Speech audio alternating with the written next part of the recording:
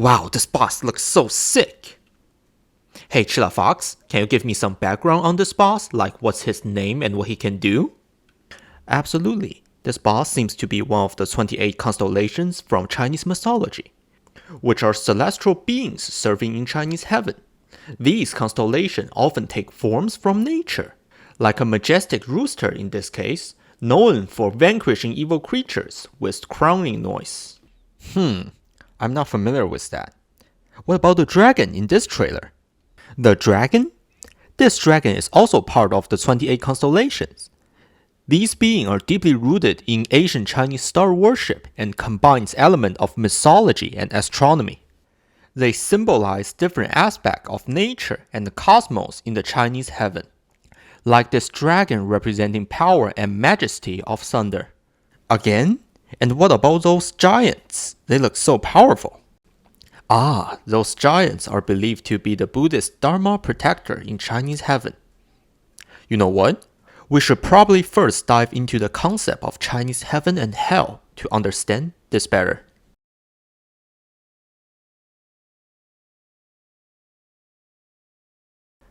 Hello Internet users, welcome back. In our last section, we explored how the fascinating creatures and characters of Black Myth Wukong can be interpreted using Dungeons & Dragons character sheets. We discussed the unique RPG system within Black Myth Wukong, where monsters and Yaoguai and humans must reach level 100 by choosing one of the three classes: Buddha, Immortal, and Holy Sages. We have also seen various paths and decisions made by these creatures in the trailer of the game. However, we haven't yet covered the unique system in Chinese mythology akin to Valhalla, a place to reward those who have achieved their religious goal, cultural motivations, or personal achievements. Before we dive deeper into each boss's background, ability, and power rank in Chinese mythology in our next episode, let's lay the groundwork by discussing these celestial realms. In early Chinese history, the concept of heaven was not as it is today. It is a time period where Buddhism has not yet been widely spread. Our previous discussion in episode 1 introduced the concept of qi, a vital energy believed by the common folk to animate our physical existence and return to nature upon death. So, during these times, heaven and hell lacked definitive descriptions, and the people shared a belief in a singular omnipotent deity of destiny, an entity beyond comprehension, governing the cosmos with unseen hands. As time progressed, the philosophical teachings of Confucianism and Taoism infused the spiritual landscape with the concept of holy sages and immortals. These teachings propose that virtuous individuals and righteous spirits ascending to the heavens, offering support to the supreme deity, or achieved such a state through their own spiritual cultivation. This period also witnessed the emergence of the concept of the three pure ones, where two immortals and one holy sage came to the fore. The Jade Pure One, 原始天尊, represent the authority and the law of universe, including yin and yang. The Spring Pure One, 灵宝天尊, represents the embodiment of enlightenment. Alongside them is the Grand Pure One, 道德天尊, often identified with Laozi, the creator of Taoism, and represent the accumulation of Taoist philosophy, embodying the moral and ethical teachings that underpin the Taoist way of life. Later, with the advent of Buddhism, the spiritual landscape of ancient China underwent a profound transformation. Human existence was now seen as a cycle of suffering and rebirth, a cycle that could only be broken through the attainment of enlightenment. Buddhism also introduced the concept of karma, a principle where positive actions and intentions leads to good karma, and negative actions results in the opposite. This added a moral dimension to the afterlife, suggesting that one's action in life directly influenced their fate after death. Good deeds could lead to heaven, while bad deeds might consign one to hell. Unfortunately, like in life, there will always be conflict within a group of multiple people with all sorts of personalities and beliefs. People start to argue and discuss which path was the best, eventually leading to which god was most powerful. But, as we mentioned in episode 2, thankfully, they all have different objectives. Becoming Buddha means religious victory by reaching complete enlightenment and inner peace while spreading the message to many others. Holy sages means achieving a cultural victory. It's about leaving a legacy of goodness through your service and work that elevates oneself and the entire community. While immortal is more focused on a scientific victory, using methods like meditation, breathing exercise, and following a diet of special herbs and food believed to extend life. It's a quest to go beyond mere physical existence and more profound spiritual state. These paths, while diverse, ultimately converge to a shared goal of spiritual elevation. However, Buddhism introduced a complexity to this spiritual framework by not adhering to the concept of a singular creator god. Instead, it embraced a form of transpolytheism, recognizing a multitude of enduring deities. This aspect of Buddhism could potentially disturb the equilibrium when compared to the monotheistic of other traditions. In response, an elaborate celestial bureaucracy was established, introducing a divine governance system unparalleled in its intricacy. This system was designed not only to maintain cosmetic order, but also accommodate the vast pantheon of deities within a structured heavenly hierarchy. To make this complex system more accessible, I have transferred it through the lens of a modern framework. This way, we can better understand the intricate belief of the past and explore their divine rules in a way that feels more familiar to us. Now, instead of the god of destiny, we have a new deity at the helm of heaven, known as the Jade Empire. The three Pure Ones were retired from their original duty, but still remain in the government as academic tenure. Under the Jade Empire, there are 4 heavenly ministers, which are 4 immortals in charge of 4 special departments. The Zhubajie Empire in charge of the Office of Constellation, the Nanqi Empire in charge of the Office of Time and Climate, the Tianhuang Empire in charge of the Office of Strategic Initiative, which he controls the fate and destiny, and the Empress Houtu in charge of the Office of Land and Earth. The Zhubajie Empire commands all deities of constellations. He is also the highest deity in charge of all natural phenomena in the universe. In episode 1, we talked about how ancient Chinese astronomy classified most of the stars into 28 constellations.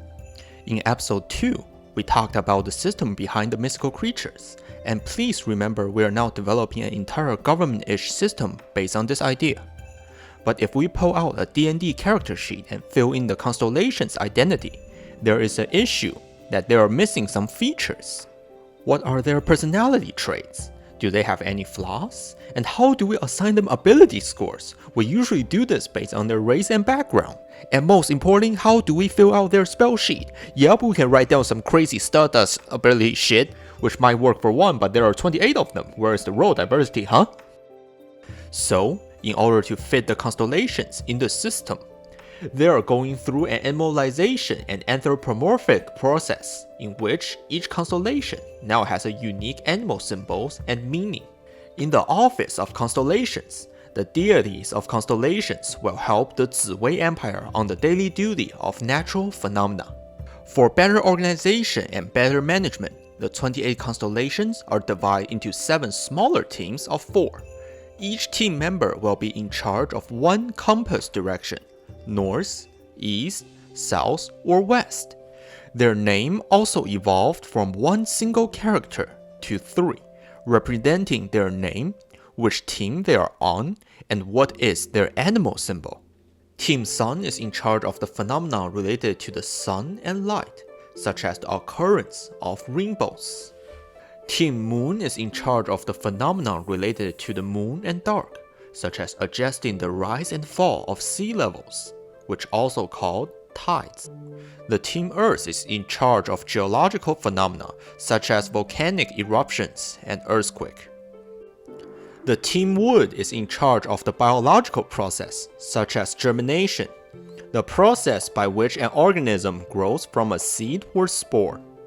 Team Water is in charge of ocean phenomena such as the ocean current flows, while Team Fire is in charge of the chemical reaction such as oxidation and corrosion. At last, Team Gold is in charge of magnetism, which also involves parts of electricity. In the Black Myth Wukong official Unreal Engine 5 gameplay trailer, we see one of the Gold Team members, Kang Jinglong. The dragon constellation supports east direction. This is confirmed on the game company's website, where we can see a concept art with the same name, LYS Kang Jinglong 01. The design of this concept art is based on the masterpiece of a 1300 sculpture located in Jingcheng, Jade Emperor Temple, Shanxi Province. It becomes really obvious if we put a picture of them together. But there is one interesting thing. In ancient time, the 28 constellations were often characterized by a strong male character. But in the 1300s, there was a shift, changing all the constellations in Team Gold and Team Water, plus one character in Team Sun, into female characters. This shows the progression and diversity of the Chinese belief and confirms that the dragon appears in the game trailer is a strong, powerful female character who has the ability to control lightning.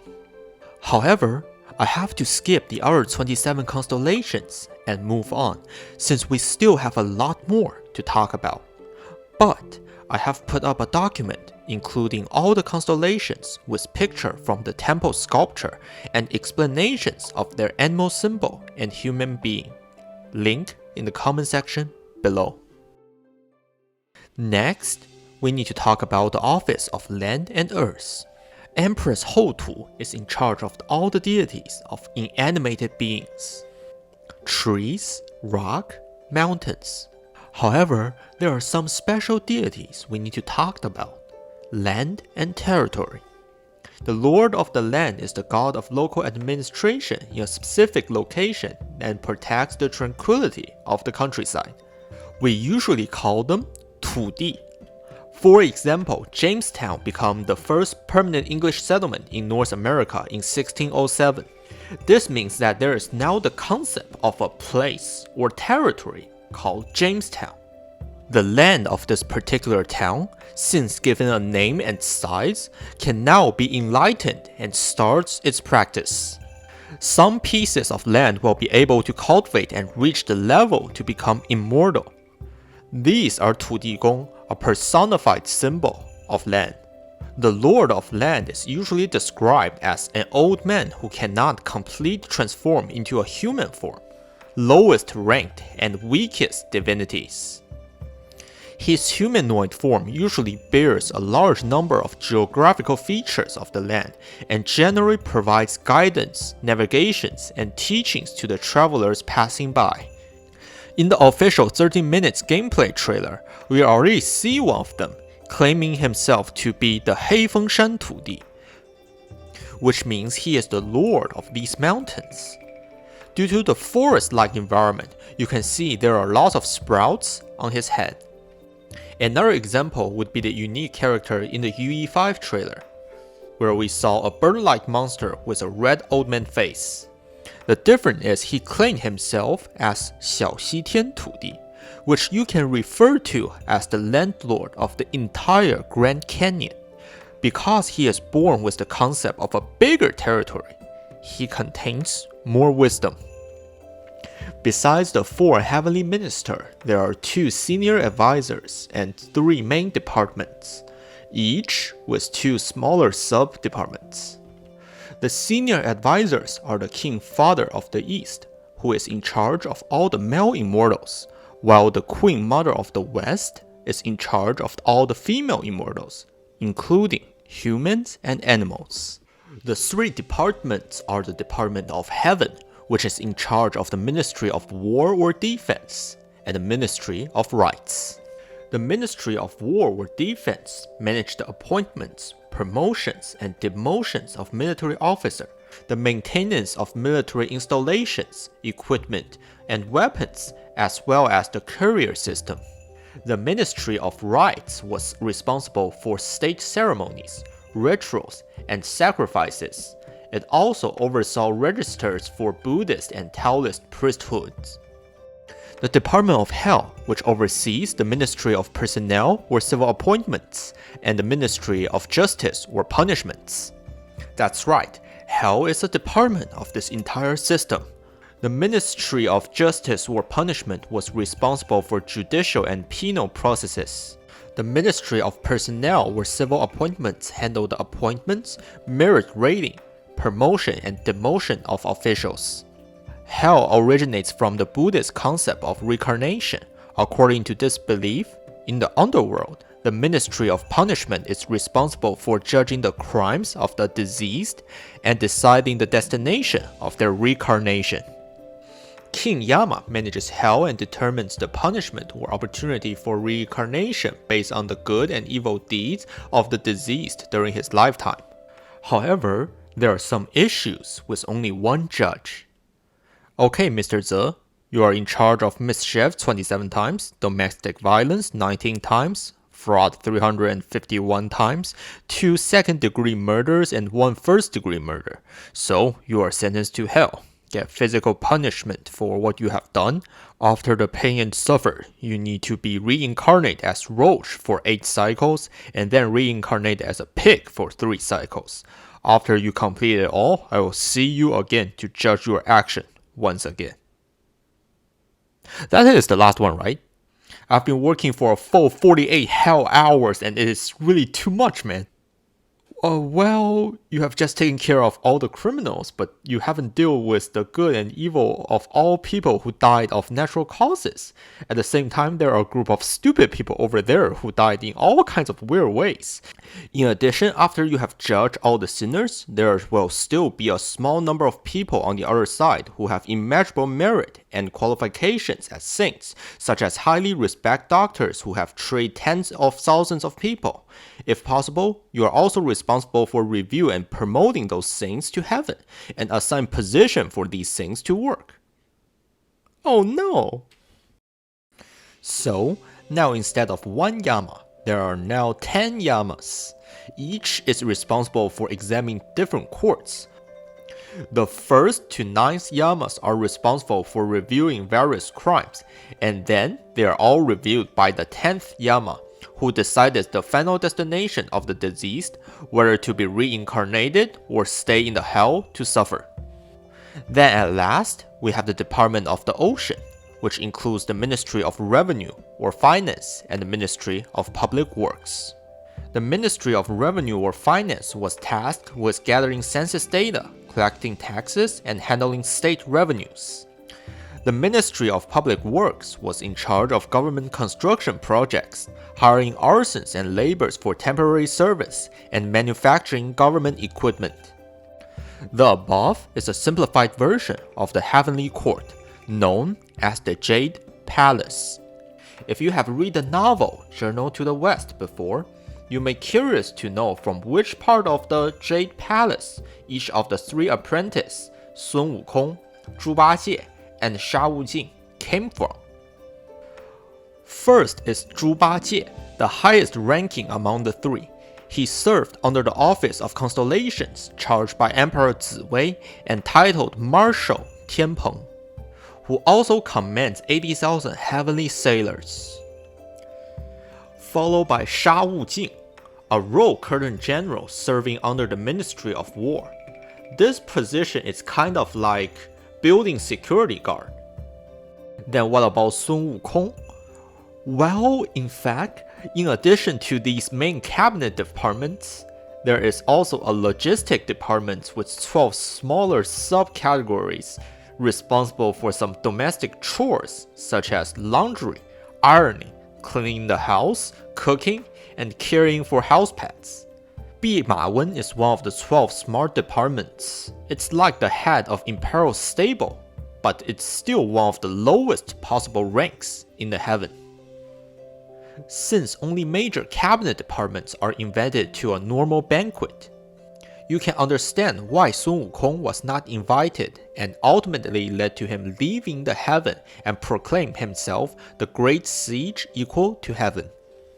So this is the entire design of heaven. At the same time, you may be curious, what about the so-called political balance? You just introduced so many positions and the composition of heaven, but why there's no Buddha in it? The actual situation is that when heaven was firstly designed, Buddha and Bodhisattva did occupy many seats in the heaven. For example, the original design including one of the Buddha preaching to all the constellations in the heaven. At the same time, each constellation has its corresponding Bodhisattva. But as time went by, some issues changed, leading to inevitable difference between the two parties. Before we understand this disagreement, we need to understand a small part of Buddhism in the game. Buddhism has also developed into many branches, which is somewhat similar to the difference between Catholic and Christian. Each branch of Buddhism has its own unique beliefs, but based on the clues in the game, we can almost confirm that the game adopts the belief of three-world Buddhas, referring to the Buddha who can influence or save the past, present, and future. 释迦牟尼佛, Sukamuni Buddha, who is located in the center and controls the present. 药师佛, medical Buddha, located in the east and controls the past. And 阿弥陀佛, the Buddha located in the west and controls the future. 释迦牟尼佛 is the historical founder of Buddhism, teaching a universal way to escape suffering and emphasizing practice.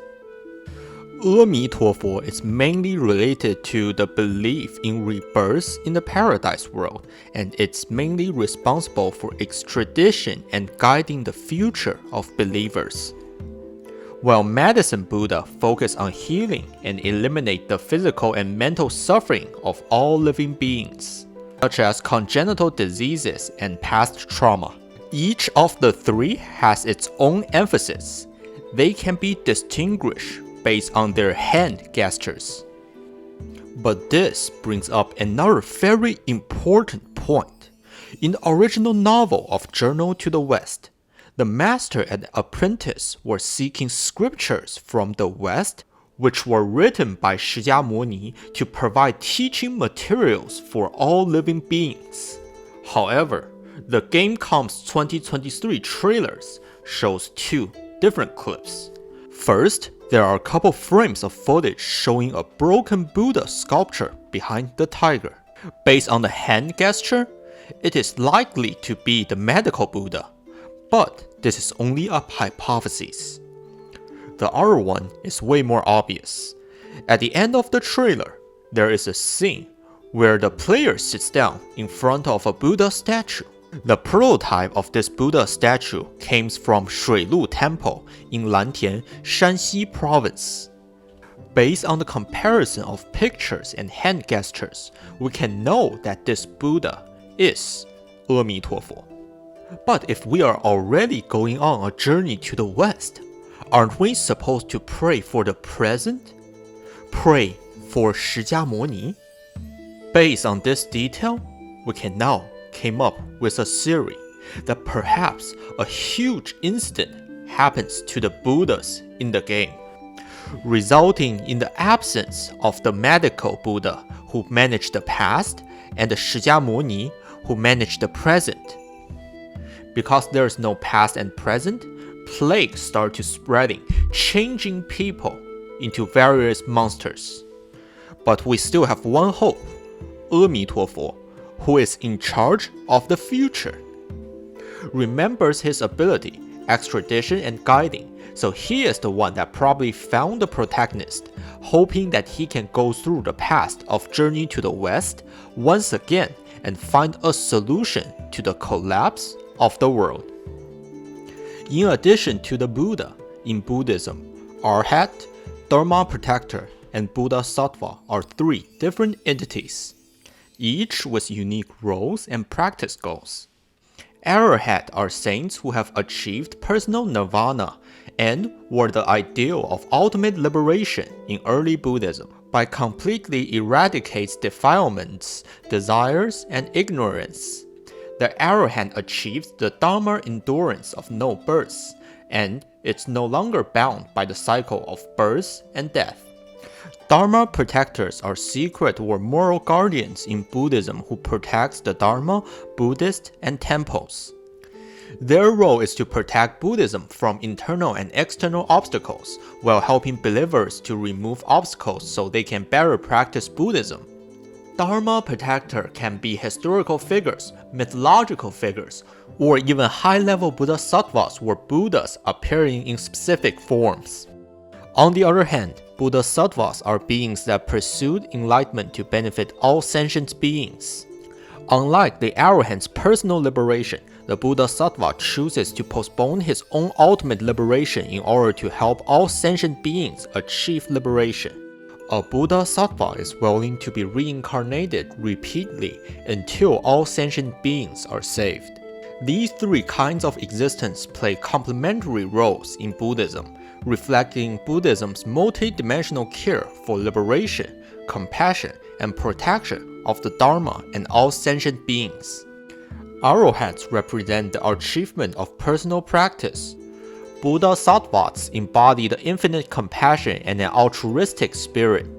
And protectors are the force that maintains the purity of teachings and stability of the community.